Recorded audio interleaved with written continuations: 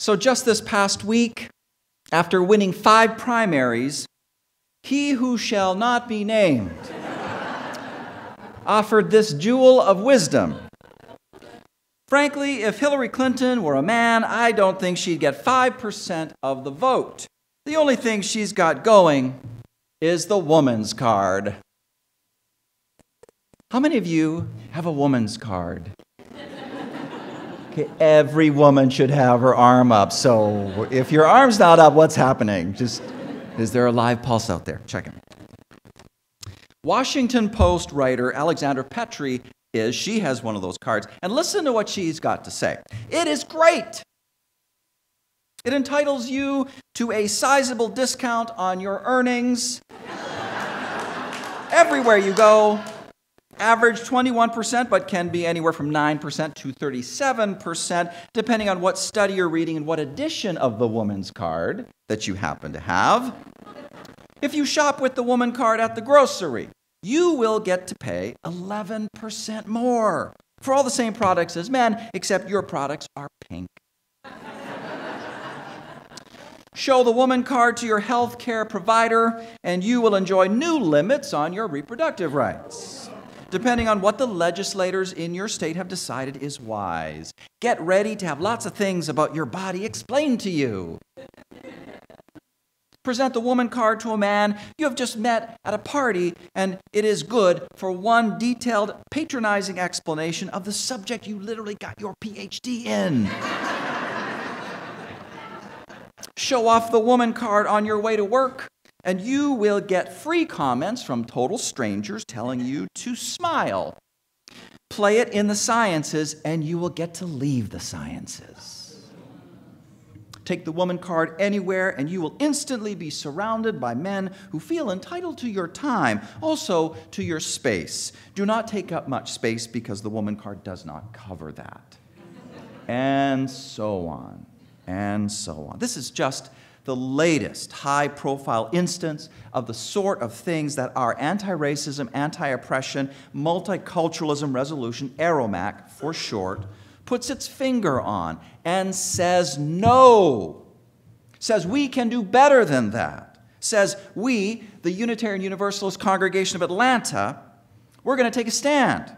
And we are going to be more intentional about fighting oppressions of all kinds and affirming the beauty and the rightness of difference and diversity.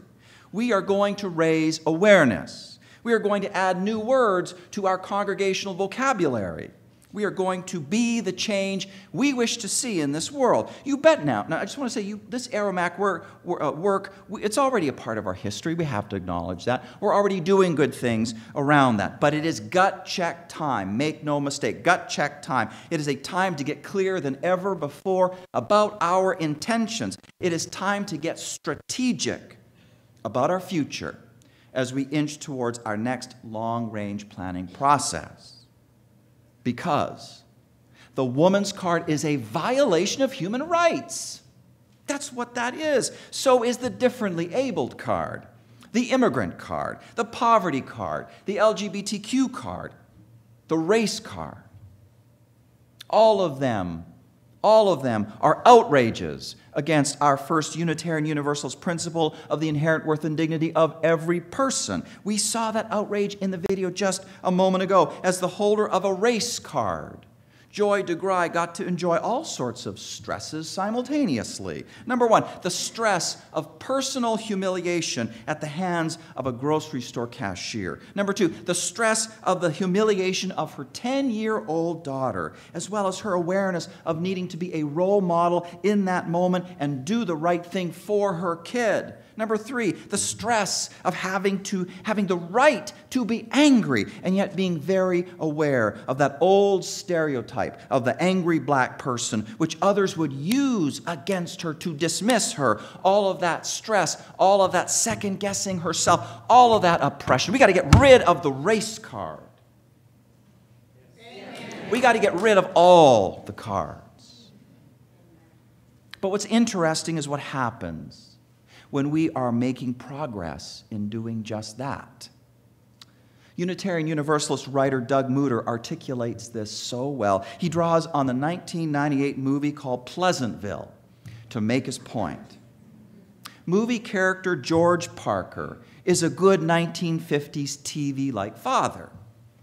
He never set out to be the bad guy, says Doug Mutter. He never meant to stifle his wife's creativity or enforce a dull conformity on the kids. Nobody asked him whether the world should be black and white. It just was.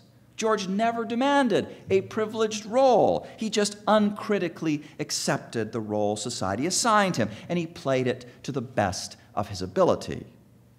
But then change happens.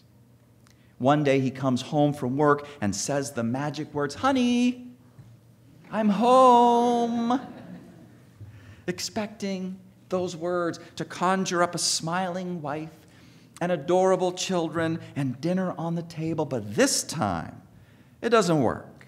No wife, no kids, no food. Confused, he repeats the invocation as if he must have said it wrong. "Honey, I'm home." After searching the house, he wanders out into the rain and plaintively questions a strangely malfunctioning universe. "Where's my dinner?" he calls out. Doug Mutter goes on to explain, as the culture evolves, people who benefited from the old ways invariably see themselves as the victims of change. The world, it used to fit them like a glove, but it no longer does.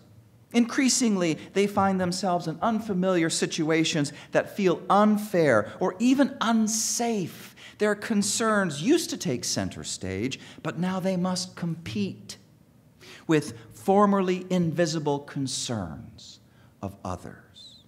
Now just listen to that. The George Parkers among us are awakening from the slumber of their privilege, and it is not an easy awakening.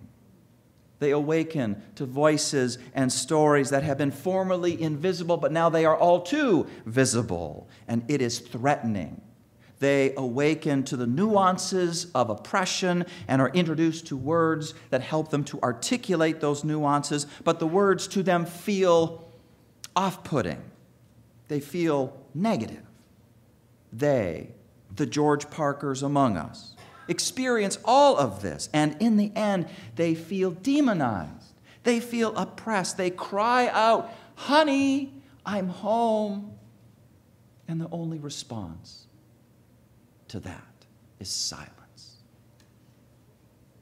Which brings us to the first emotional intelligence pointer of this sermon as we do the work of Aromac, and if we want to stay united, and if we want to go far together, if we want to do that, this is the pointer. Be aware that there is discomfort all around, but acknowledge and honor the fact that there's different discomfort levels.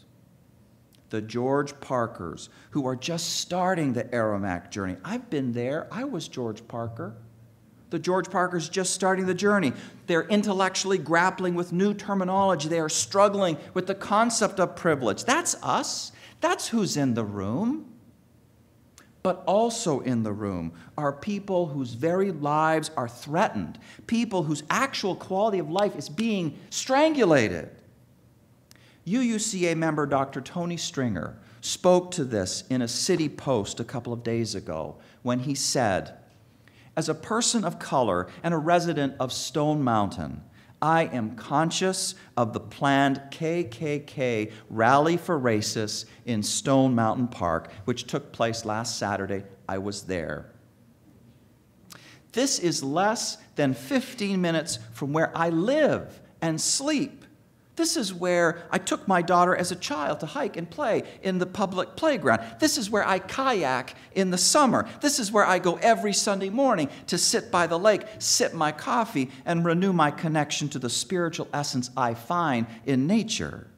Speaking very personally, I don't find anything overly intellectual about the Aromac resolution that welcomes me, stands by me against oppression, and values my cultural contribution. It is possible that for some, racism and oppression are intellectual concepts. For me, they are real. They are 15 minutes away from where I will go to sleep tonight. We are all in this space together, but there are different levels of distress among us. Writer Margaret Atwood, as she brings things back to the woman's card, she puts it like this. She says, "Men are afraid women will laugh at them. Women are afraid men will kill them." And it's not pretty, but it is real. And I got a bunch of women nodding, yes, it is real. It is real. It is honest. The way forward is compassion towards the hurt feelings of the George Parkers among us, sympathy towards their distress, because first of all, it's the right thing to do. And second of all, we need the George Parkers among us. We need them to use their power for good. This, and then, in the face of honest to God oppression, which is an entirely different universe of discomfort, how we respond is with justice. The two different levels are not equal. My straight white male sunburn, says Doug Mooter, cannot be allowed to compete on equal terms with your heart attack. We are feeling discomfort all around. Distress is in the room, but it is not all at the same level. And this is why, as a side note, it is very painful for some to hear others pick apart the language of the Aromac resolution, to insist that the language be perfect before endorsing it. Now, of course, we want the language to be generally sound. I'm not saying that we can't raise issues about the language. I'm not saying that at all. But what I am saying is that an exclusive focus on the language rather than on the underlying spirit and the good intent can feel for some like folks are wordsmithing a fire code when the actual building is actually burning down. That's what it can feel like. We need to know this. We just need to know this. We need to hold each other's vulnerabilities gently, more gently than we have ever done before. We need to bring emotional intelligence to this Aromac work. And now here is a second pointer for us. Most generally, it relates to something Buddhist teacher Pema Chodron says. She says, develop unconditional friendship with feelings.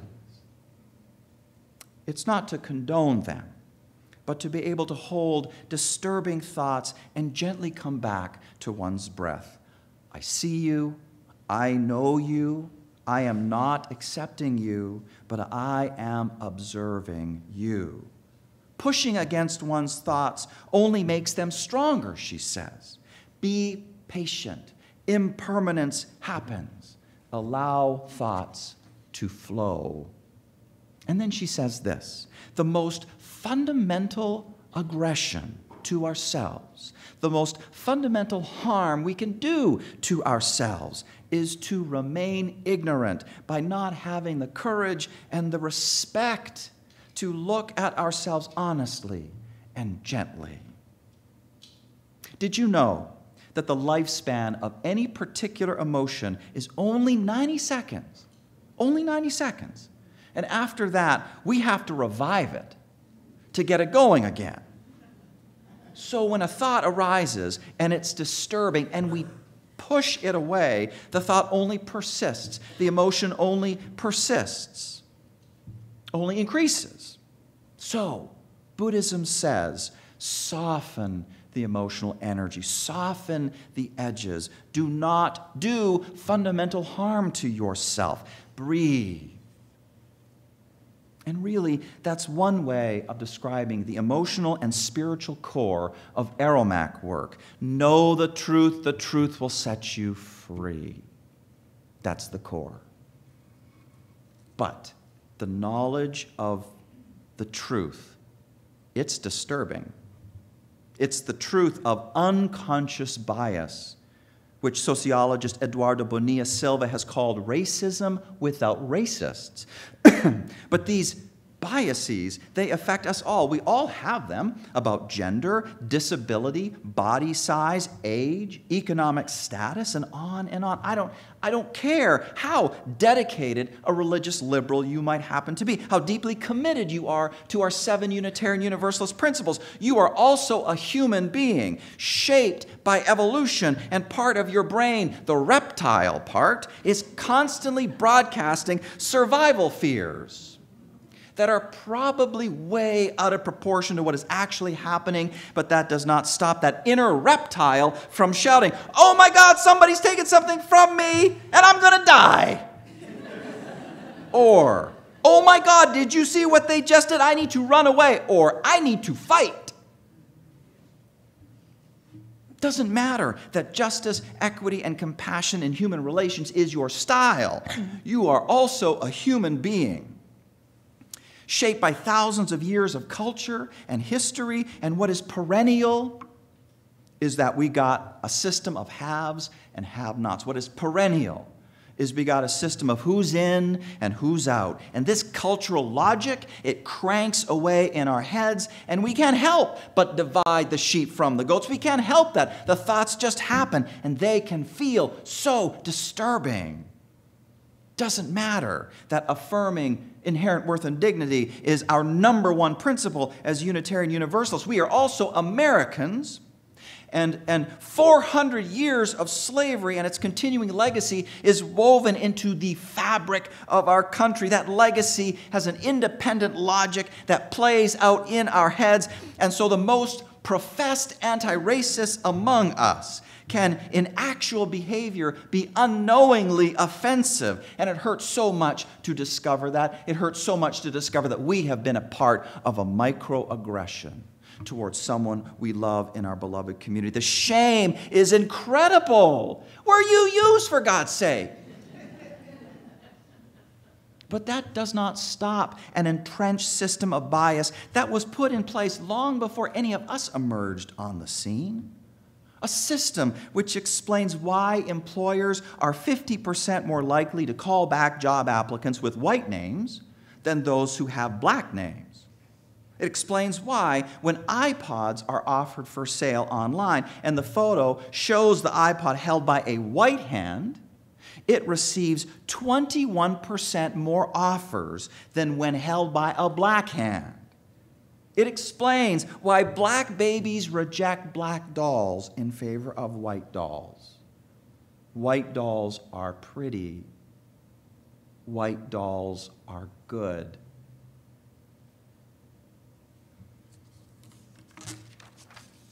That just breaks my heart.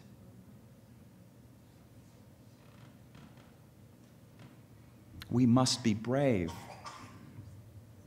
We must do our emotional and spiritual work. We must remember Pema Chodron's inspired words, develop unconditional friendship with feelings, which is not necessarily to condone them, but be able to hold disturbing thoughts and gently come back to the breath. I see you, I know you, I'm not accepting you, and I am observing you.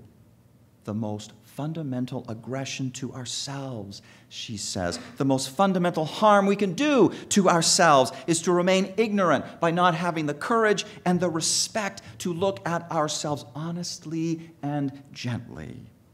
And it also does this. It also limits the real possibilities of change. New York Times writer Nicholas Kristof speaks to this. A rigorous study by economists found, he says, that even NBA referees were more likely to call fouls on players of another race. Something similar happens in baseball, with researchers finding that umpires calling strikes are biased against black pitchers. And then he goes on to ask a key question, a reasonable question. If even professional referees and umpires are biased, then how can there be any hope for you and me as we navigate our daily lives? And the answer? But there is hope. There is hope. He says the NBA study caused a furor. The league vehemently denied this bias, but a few years later there was a follow-up study by the same economists, and the bias had disappeared. It seems that when we humans realize our biases, we can adjust. We can act in ways that are more fair. As the study's authors put it, awareness reduces bias. It reduces racial bias. Nicholas Kristof concludes, that is why it is so important for whites to engage in these uncomfortable discussions of race, because we are unintentionally so much a part of the problem. It is not that we are evil, but that we are human. The challenge is to recognize that unconscious bias that afflicts us all, but that we may just be able to overcome it if we face it, and do this with less defensiveness and more compassion. We are born into a system that is way larger than any of us, but unconditional friendship with our feelings is the path to freedom. It changes things. That is what emotional intelligence does. It is a challenging time in the life of our nation. The phenomenon of he who shall not be named, that tells us something about the depth of the pain in our country. So is the Bernie Sanders phenomenon. People are feeling the burn. As writer David Brooks says, up until now, America's story has been some version of a rags to riches story, the lone individual who rises from the bottom through pluck and work. But that story isn't working for people anymore. It's just not. Especially for people who think that the system is rigged. And then he says, I don't know what the new national story will be, but maybe it will be less individualistic and more redemptive. Maybe it will be a story about communities that heal those who suffer, a story of those who triumph over the isolation, social instability, and dislocation so common today. That is what I hope for.